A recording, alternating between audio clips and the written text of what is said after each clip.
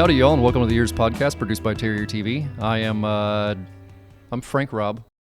Sometimes I say Elliot Frank Robb. Robb today. Okay. How's it going, Bill? How are you? I'm good. Yeah. I have all my fingers and all my toes. Oh, I have all of mine too. They just happen to hurt right now.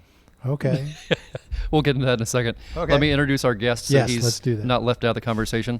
Today on the podcast, we are joined by Micah Rockwell with Merritt Island Christian School. Micah, how's it going, buddy? Doing awesome. Really glad to be here. Thanks for having me. Happy to have you here, buddy. Yeah, it's been an interesting week. Left out last Thursday. Well, I don't even understand when I left out. Maybe I left out Saturday.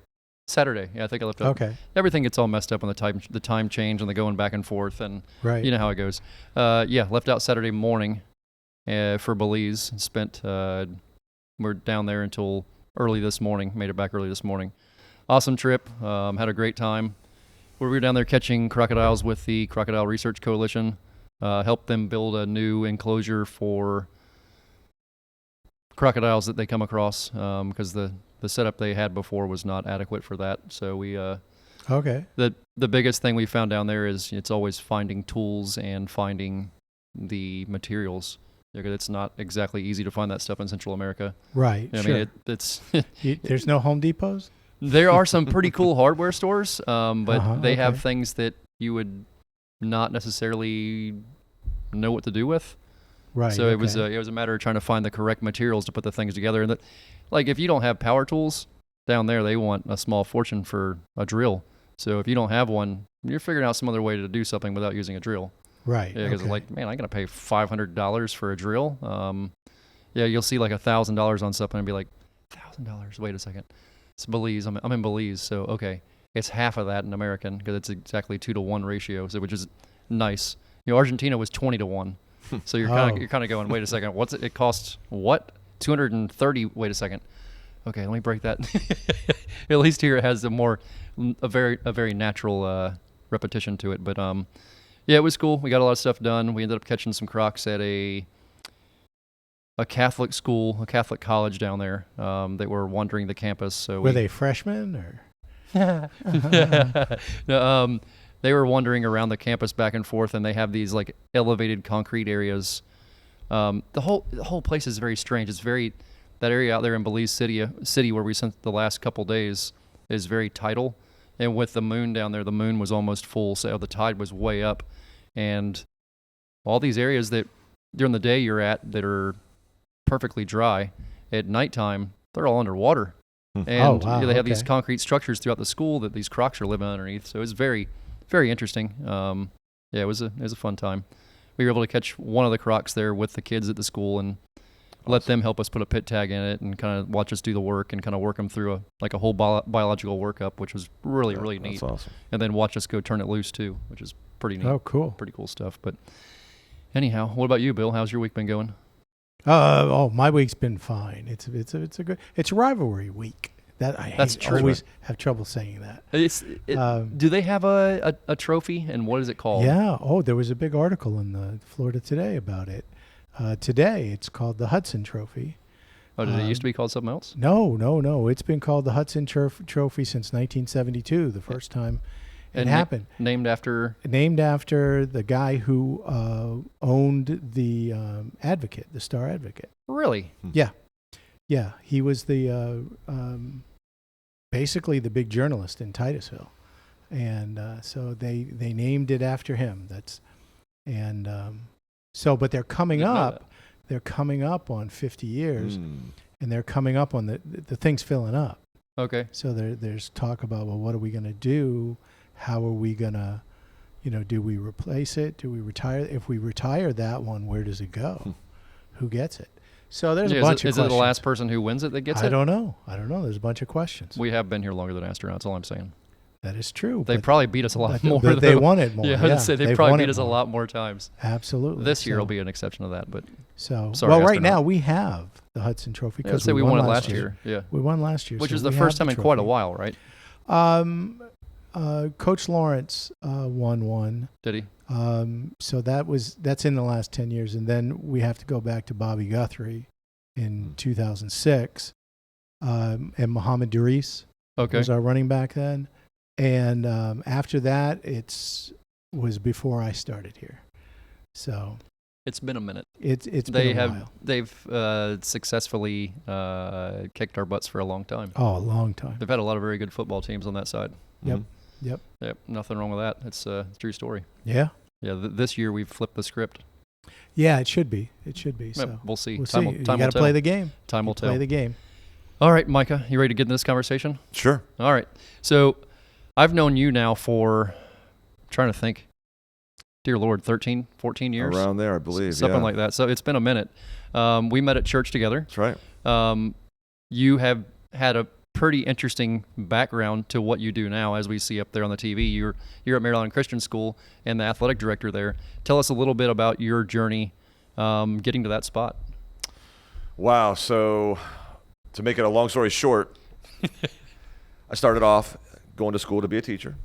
And that journey after I finished took me first to Tennessee, and then I wanted to move to Florida because I wanted to coach baseball in the great state of Florida, because Florida is known for having great high school baseball. So I actually moved here and started off right here in town, Titusville, Temple Christian. Okay. And interesting connection to the game tonight. While there, I worked for Scott Halleck, and I taught and coached his son Logan, who is right now the head coach at Astronaut High School football. Wow. So small world. Yeah, Logan is the new coach. Yeah, That's very awesome neat. family, great young man. When he got the job over the summer, or whenever in the spring, I guess it was, we corresponded, and just really happy for him. Anyway, from there, I was there for 6 years and then landed over at Merritt Island Christian, and I have done 2 stints there. I'm in my second stint, so 12 years altogether there. Athletic director, started off teaching science. That's how I got there originally. Hired to teach science and coach baseball, so I've taught a number of science classes since I've been there. Started off physical science, did biology for a number of years. Love doing that. Biology that's my go-to when it comes to subjects outside of the Bible, I would say. Biology's it. So yeah, that's biology, as we've talked about, is a pretty awesome subject in the Bible too. absolutely it is. No, That's probably no why joke. I'm so intrigued by it. Yeah. There's so much stuff to learn there. So you're at a Christian school over on Merritt Island. Yeah. Tell us about the why someone would want a student to go there instead of a public school. What's the big what are the differences? 2 words would separate what goes on at a public school versus our school. And I would say most legitimate Christian schools. And the 2 words would be biblical worldview. Okay. So we are going to look at every subject, and science being mine. To me, it's the most fun to look at from a biblical perspective. So I get funny looks sometimes when I tell people, they ask me what I teach, and I say, well, I've taught Bible and I've taught biology, and they say, that's impossible. And they say, there's no way you can do that. From a biblical worldview, there's no problem at all. Not a problem at all, because according to the Bible, in the beginning, God created the heaven and the earth. Life began with God. Life is sustained by God. To me, looking at biology through the lens of the scriptures opens up an entirely awesome world to study for I've been studying it for a long time. I could study it for several lifetimes and not get to the bottom of it. It's just so awesome. That's one of the big draws to me personally. I think it was an easier walk to me to have a relationship with the Lord because of the time I spent outside working with wildlife and seeing the amazing things that have been put here for us to enjoy. You know Absolutely. what I mean? So they're legitimate comparisons, and it's really neat stuff. So you coached baseball for a long time. Yes. And you're consistently talking to me about the relationships or the correlation between baseball and everything. Like somehow everything comes back to a baseball discussion, and the way you're able to describe these things, it all makes sense. How in the world is it everything comes back to baseball? I know it's not the case, you know what I mean? No, you're right, though. Our conversations often somewhere, if we have a long conversation, somewhere in there is baseball's intertwined, guaranteed. So I don't know. I suppose I've been playing since I was 6 years old. The Texas Rangers are now in the World Series. My first ever baseball game was a Texas Rangers game. I became a Rangers fan. We lived in the Dallas area where my dad was working at the time. And that's been so close to my heart, baseball. So I always try to relate things to baseball to try to make things make sense. And I guess probably because baseball players, I try to make things in life make sense from a baseball perspective. And then sometimes I will use baseball. You've heard me use baseball illustrations many times to show something pertaining to life. So I think one of the big things that comes up in conversation when I talk about baseball and life is baseball, just like life, can be a game of failure because we all fail. And when you fall flat on your face, what are you going to do? How you respond when you fall flat on your face reveals what's inside you. And being at the Christian school I teach at and work at, being able to relate to student athletes, you need the Lord in order to bounce back from any setback that you might have. You can try on your own. You're going to end up back on the ground. You need the Lord. He'll raise you up. In fact, what did Jesus Christ do? He died and was buried, but he rose from the dead. With his help, you can overcome any challenge that life might throw at you. You won't be able to do it on your own, but you can do it with him. So I think that's one reason why. And then you want to go on with some baseball. I'll throw some in. Here we go. Number 3 is very important in baseball. 3 strikes, you're out. 3 outs in an inning. Well, Christ died and was buried and rose on the 3rd day. 3rd day, yep. Yeah. You have Father, the Son, and the Holy Ghost. 3 and 1. So you got me going on this. You want me to keep going? Yeah, keep going by all means. Well, the funny one that everybody always throws out is, can you find baseball in the Bible? Absolutely. First verse. In the beginning, God. So, yes. We're groaning here. We're groaning. Oh, Lord, it's hysterical. We had Jason Burley on here, and he talked about his role as an athletic director here at the school. You guys wear so many hats doing that job. People don't. I don't think I even grasp the concept completely of, you guys you're educators, you're multi-event planners over the course of a year. I mean, basically every sporting event you're doing is an event that you're planning for. From attendees, what's going on with the attendance, from the students playing the game, from the academic standards with those students. Tell us a little bit about that and how you balance all that, because it's got to be, man, your calendar book must just be insane. I wish I knew the secret of balancing it, because I hadn't figured out how to do that quite yet. I'm working on it. It is a constant balancing act, though, and I have to watch my schedule because there's something big going almost every day. Not every day, but oftentimes during the week, there's something big that I have to prepare for. So what's funny about that is I spent 4 years out of an athletic director position, and I felt like something was missing. And to me, it's a challenge just to keep up and to make everything happen. And here again, there's no way I can do that without the Lord. I have to lean on him constantly to make this happen. But the years that I was away, I missed just the challenge of keeping up. So to me, I kind of treat it like a game. I have to keep up. I have to be on. Can't take a day off and say, oh, I'm not going to do this today. No, I have to be on every day. And to me, that helps me stay sharp personally and helps me stay close to the Lord, because I can't. There's no way I could do this on my own. What are the major things you've learned since that first stint at athletic director to where you're at now? What are some of the things that really you've found improvement in, or that you go, man, I should have been doing this from the beginning? Yeah. So it's all gone in the last several years to all the communication practically is email. So that can be good or bad.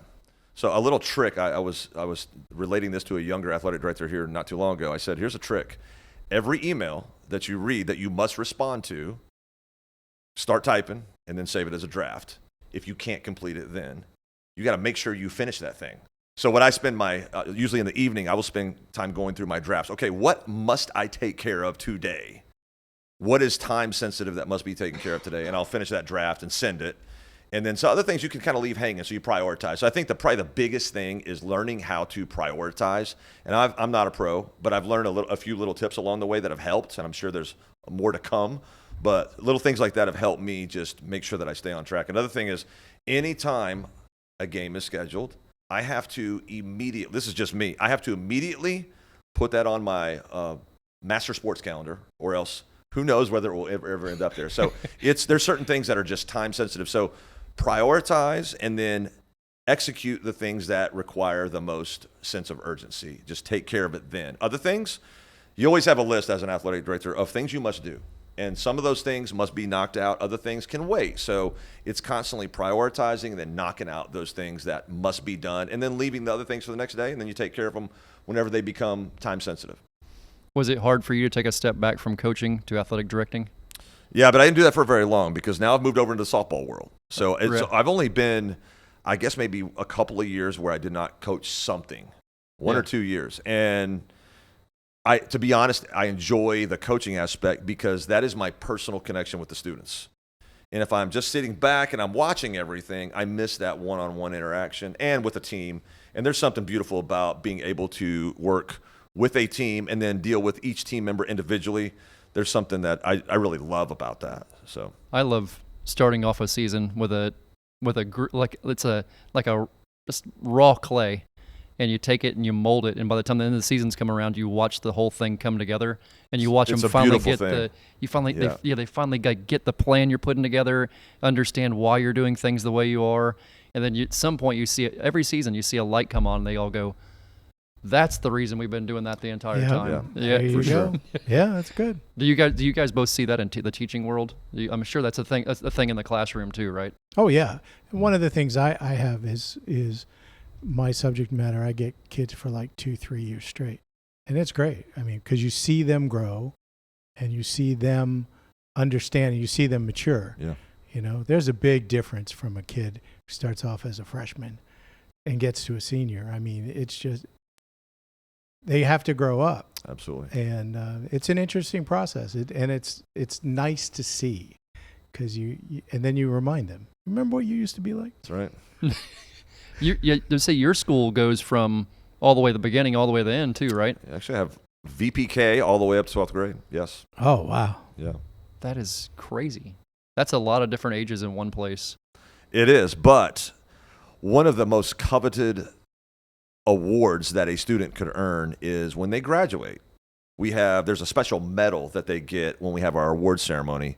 Seniors that have gone from kindergarten all the way through, it's a medal that they wear with pride because it's a pretty big deal. Yeah. So every year it seems like there's always at least a couple of kids in the graduating class. I think we have a couple more this year that will get that. And it's neat at the award ceremony because everybody says, wow, you came all the way through. And it says that there's something special about the place that I work. And you've been there and you know that's true. And to go all the way through there, you got a gift whenever you graduate to have that education from the very beginning. Yeah, no doubt about it. It's a pretty awesome place. So I feel like we have to at least discuss some baseball stuff.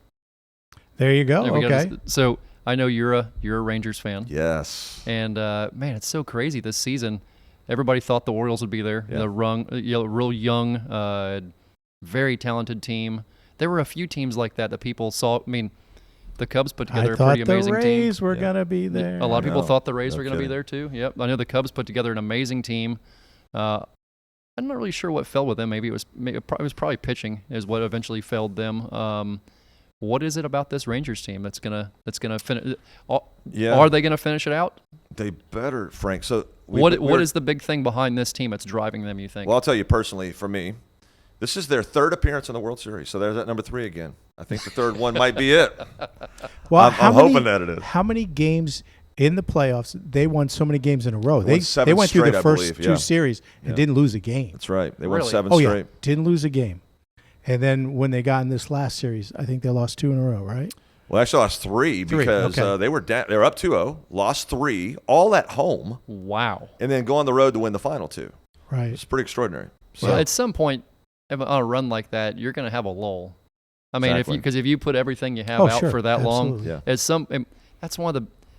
I'm trying to think of a discussion I saw the other day. I think it was on your Facebook page about people complaining about the playoffs in baseball, and which was it was making me laugh. Like, they play 162 games. That is their playoffs. Why do they need to play?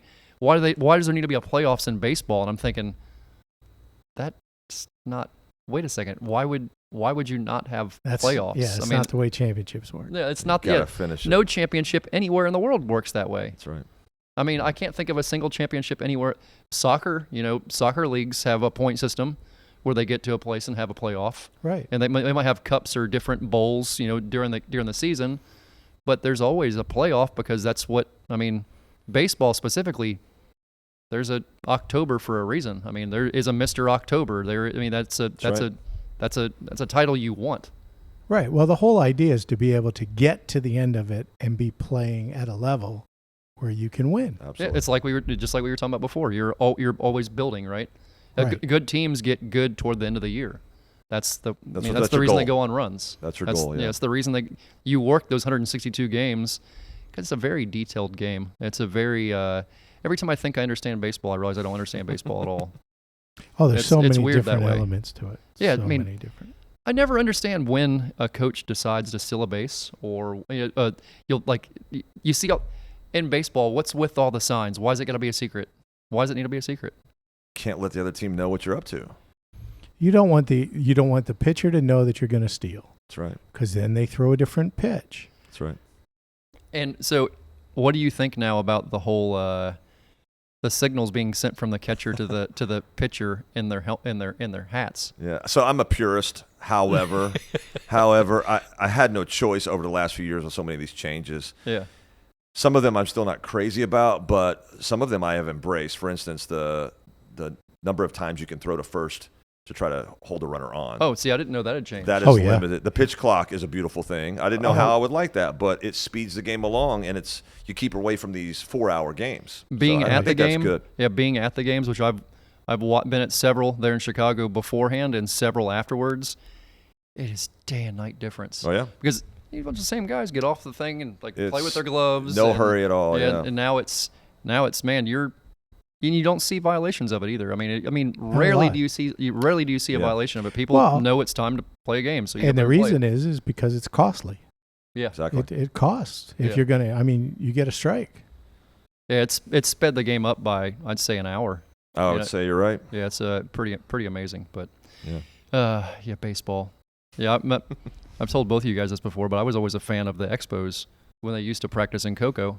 Yes. I mean, Moises yeah. Alou and his dad and everybody, that was one of the cool father-son combos there for a Sure. long time. And that's, I grew up loving baseball. Went down to Vero when I first moved to Florida. Went down to Vero and Dodger saw the Town. Dodgers and saw Steve Garvey. Wow. Wow, he was just standing. Me to you, Steve Garvey. Amazing. I don't know that name. Oh yeah, see that's because First you're baseman for young. the Dodgers. Yeah. You're a pup. See, I remember the first player I really loved watching was Ozzie Smith. Okay. Yeah, which, I mean, sorry, Chicago people. I didn't know that was the whole thing between y'all. Yeah, but you shouldn't have said that. That's not going to get you in your graces. No, I always love watching him come flip onto the field. You're You know right. what I mean? To start flipping. Yeah. Like, Right. whoa, this he's got something. Sure does. What's the term, moxie? Like, this guy's got something. Yeah. Yeah, he's Mhm. got got Yeah. it going on. But all right, well, I guess we'll jump into the end of this episode and jump on to what football games? Yes, football games. It's senior night, right? Yeah, it is senior night. That starts at 6:30. So we got to go through all the names. Good Are you times. reading it? And they told I got an email while I was in Belize that I didn't get until this morning. So apparently I am. So I need to go. okay. I guess I got to go look at all the names and figure out how many I'm gonna butcher, because I'm gonna butcher a lot. Do you of want them. me to print it for you? I can print it for you. They usually have it in the Okay. press box. So Okay. it doesn't mean I won't butcher it. Well, yeah. Well, I used to when I did it. Oh man, I tear them up. Like They used to place bets on how many I would mess up. Like, I hope this is your name because well, it's probably not gonna be. Yep. Really sorry about this, but this is what you are now. Have my terrier barks been on point? Oh yeah. Yeah. They've been good. They've I been got good. the terrier howls, the terrier barks, and the terrier growls on point, Micah. And our scoreboard, the horn doesn't work on the scoreboard. So Oh, Frank does the horn. It does now. Oh, it does now? One of the guys Okay. pressed it last week, and he's like, "I thought you said it didn't work." And I was like, "It doesn't. Forget it's there." And it works. Like, I got your horn, man. Come on now. I'm like, I am the horn. There you go. There you go. Lord, hilarious Oh, stuff. goodness. Micah, thank you so much for being here and Thank chatting you all with for us. having me. Enjoyed it. Really Yeah, appreciate it, buddy. yeah.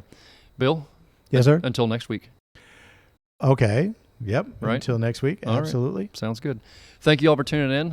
You can catch the EEARSS podcast on all platforms by searching EEARSS or EEARSS, EEARSS.org. Thank you all for being here, and we'll catch you all next week. Bye-bye.